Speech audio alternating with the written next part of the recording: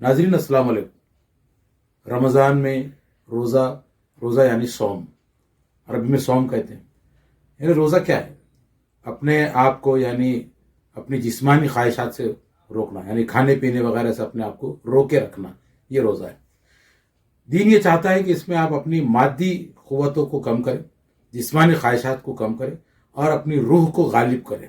रूह गालिब आ जाए, नेकी सच्चाई ये बदी पर गालिब आ जाए, खैर शर पर गालिब आ जाए और रूह जिस्म पर गालिब आ जाए, ताकि बाकी के जो पूरा साल है वो ईमान और अखलाक के साथ अच्छे से गुजर सके। इसमें हमको अपने आप को अपनी जिस्मानी ख्वाहिशात, अपने नफसानी ख्वाहिशात से रोकना है, जिसको हमने पाल पोस कर और खिला पिला कर खूब बड़ा कर दिया हमारे नफ्स को, उसको इसमें लागर करना है और रूह को मजबूत करना है। रूह को मजबूत करने के लिए रूह की ग़िज़ा है कुरान मजीद। अब्दुल्ला बिन मसूद रज़ियल्लाहु अन्हु कहते हैं कि कुरान अल्लाह का दस्तरखान है और इसके ऊपर बैठकर हमको कुरान मजीद से ग़िज़ा हासिल करना है, रूह को अपने मजबूत करना है। लेकिन रोज़ा होते ही अल्लाह ताला ने इजाज़त दी है कि खाइए पिए, लेकिन इसका मतलब ये नहीं है कि इतना खाओ पियो कि आम दिनों से ज़्यादा खा लो।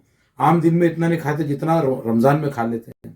तो इतना खाना और इतना पीना, फिर से लागर हो जाना, अपने नफ्स को खुला छोड़ देना बेलगाम, ये रोज़े के मनाफी है, ये रोज़े के खिलाफ, उसकी स्पिरिट के खिलाफ है। तो आम तौर पर नॉर्मली जिस तरह हम खाते पीते हैं वैसे ही खाइए वैसे ही पीजिए, लेकिन अपनी रूह को ग़िज़ा फराम कीजिए, कुरान की ग़िज़ा। कैसे? यानी ऐसे ही पढ़ के सुनाना है अल्लाह ताला को, अल्लाह ने तो नाजिल किया है, उसको क्या सुनाना है?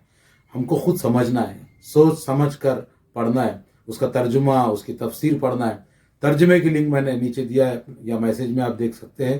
कुरान के साथ रमज़ान गुजारी। अल्लाह के रसूल सल्लल्लाहु अलैहि वसल्लम रमज़ान में क़यामुल लैल का तो पूरे साल इंतज़ाम करते थे, एहतमाम फरमाते थे आप, लेकिन रमज़ान में आप बादल बरसने के जैसे बरसते थे, यानी फयाज हो जाते थे, दोनों हाथों से माल लुटाते थे।